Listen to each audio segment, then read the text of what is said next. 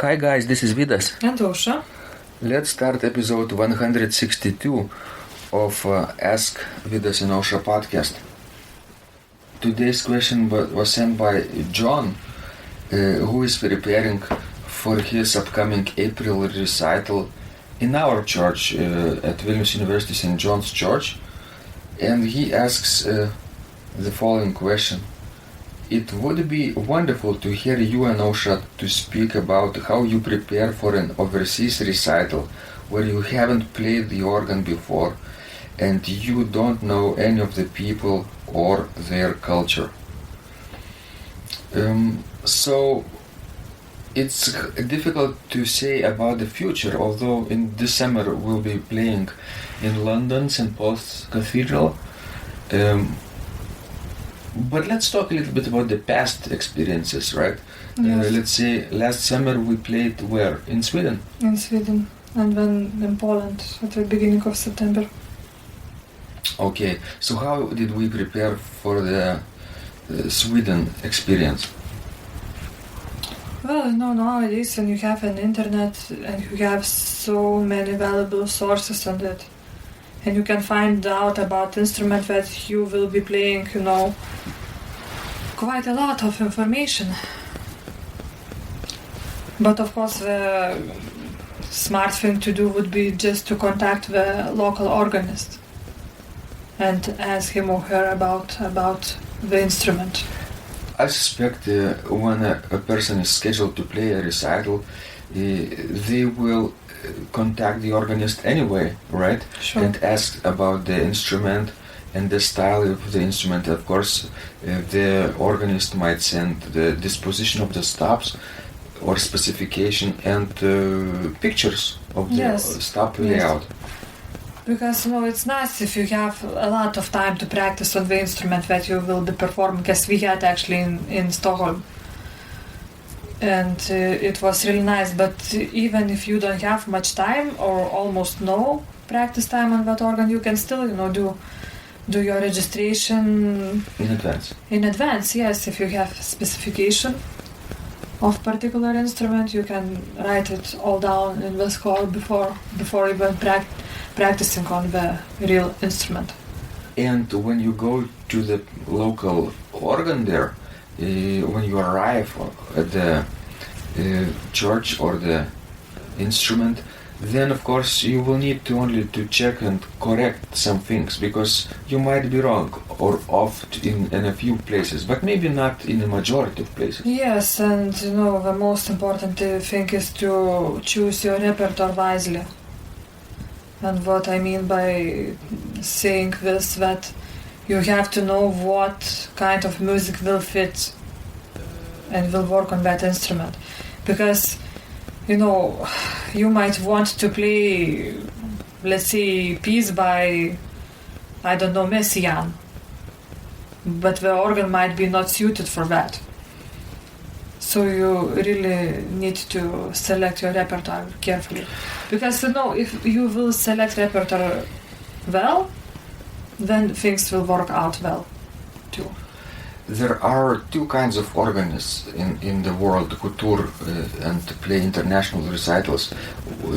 One kind of organist plays on generic instruments and play the same program over and over for 1 year, and then during some off months they would learn a new repertoire for the next year, right? And then they schedule the next tour, global tour, world tour, and they do the same in different spaces maybe, but basically playing the same repertoire over and over.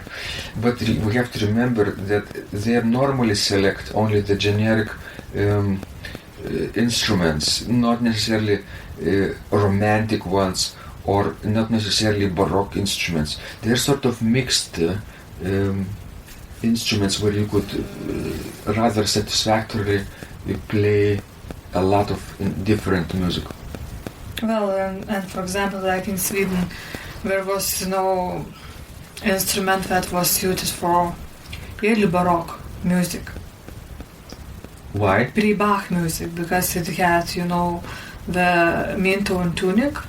Yes. What recommend mean tone tunic.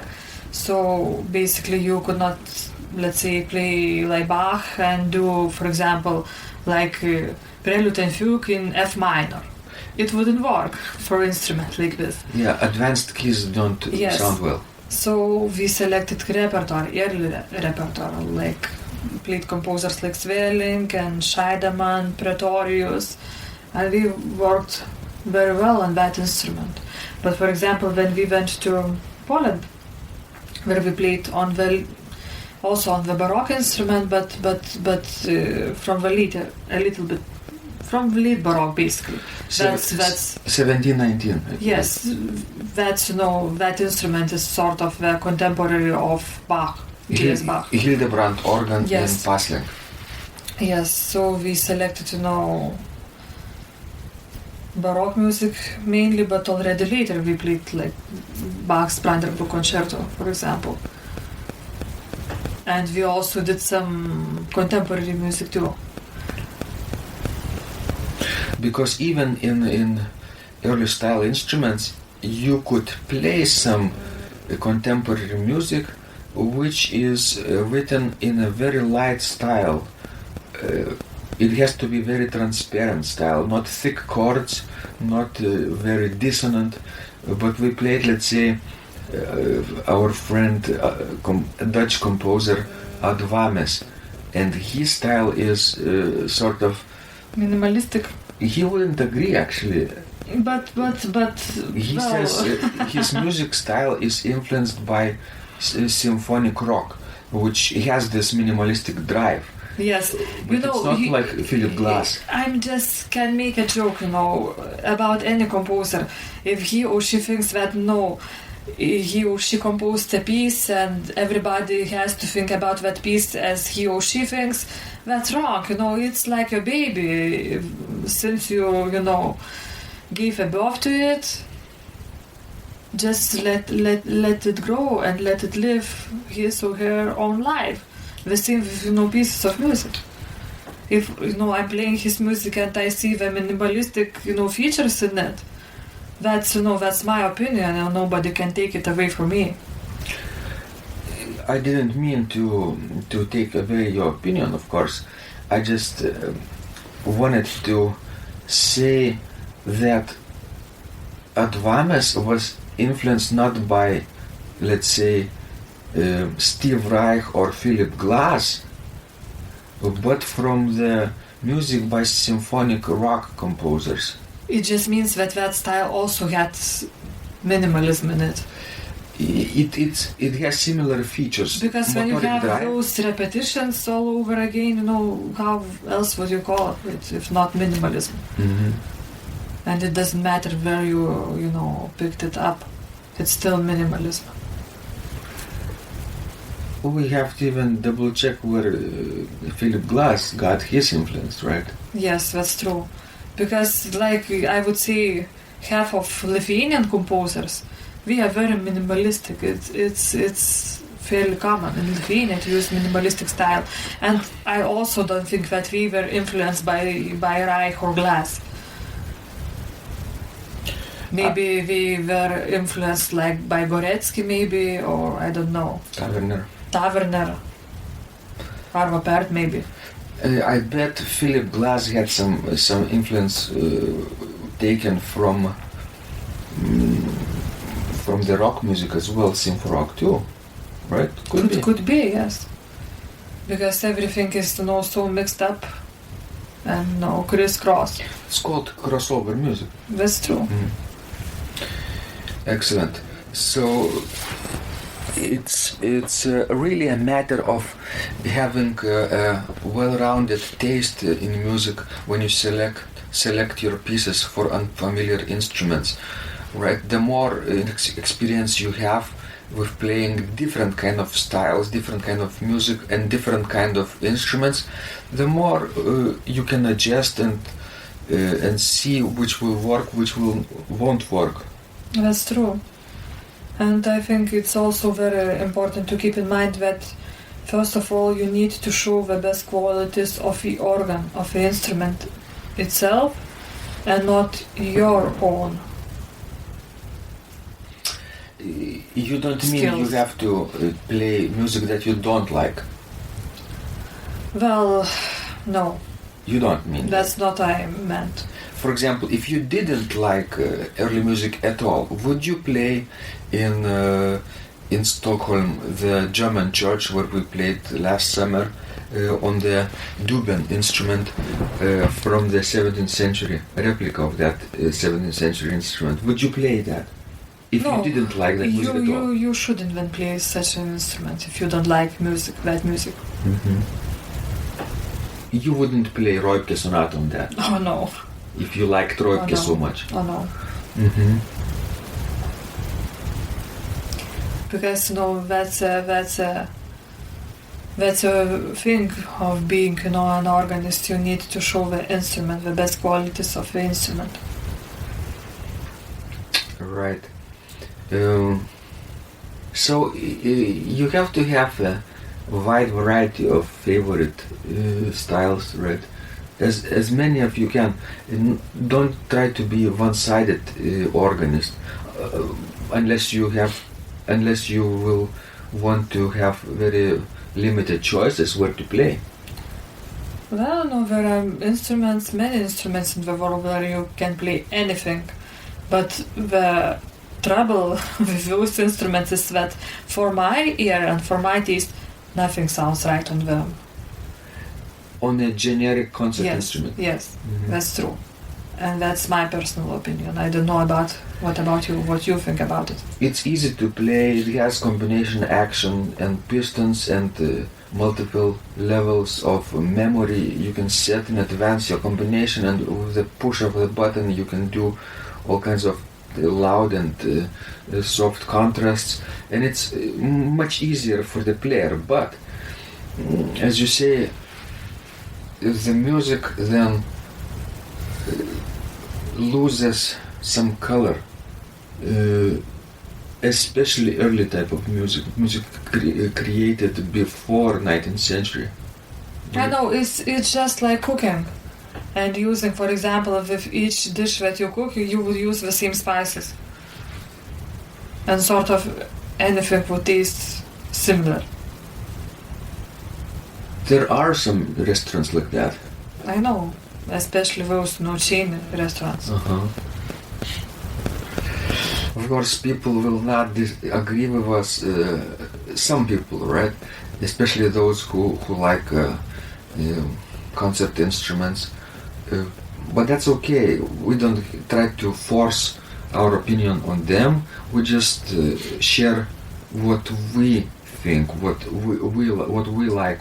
It's not necessarily the true way, right? In organ, there is no true way, because every instrument is different, and you can try many things and see what works for you. But I think, if you would listen to historical instruments, if you would have chance to play them yourself, I think even people who just play generic instruments, even their opinion might change. Exactly. Sometimes we receive letters from people who disagree with us that early music should be played without heels. And then I ask them if you ever played historical instrument or a copy of the historical instrument built recently, and the answer was no. So before even probably stating that playing early music with toes only is a nonsense, it couldn't be done virtuosically enough, you have to try for yourself that kind of instrument and see if you can satisfactorily play with heels. And the answer will be No. So, no, we can argue, but it's like, how can I tell if, snails are tasty? I have never tried them, so I cannot discuss that question, sort of. But some people will not even try snails, right? I They know. dislike the idea of eating I snails. know. I wouldn't try them myself as well, so Because you know how they are prepared. I know. It's Cruel. It's awful. Yes. So, for John and other people who will be traveling abroad and playing unfamiliar instruments, top one or number one advice would be from my side, probably to think over your repertoire choices, right? And if it fits the instrument well. What would your recommendation or final advice would be, Ausra? Well, if you are traveling to an unfamiliar organ, if you know that you will not have much time to practice on it, just choose easier pieces. Don't try, to put the hardest pieces that you have on your repertoire to play for that particular recital. Choose the easier repertoire. You will just benefit from it. Especially if you don't have a lot of time to rehearse on that instrument, so it's better to choose pieces that you play a lot of time. Yes, and that you feel safe, and comfortable playing them. It will give you less stress during actual performance on that unfamiliar organ. Memorize your pieces. Yes. And prepare your registrations in advance. That's true. Then you will save time, and then you spend quality time on the actual organ that is given to you at the moment. So, thank you guys for listening. We are going to play some organ music now, and we hope you'll do the same. Yes. Because remember, when you practice, Miracles happen.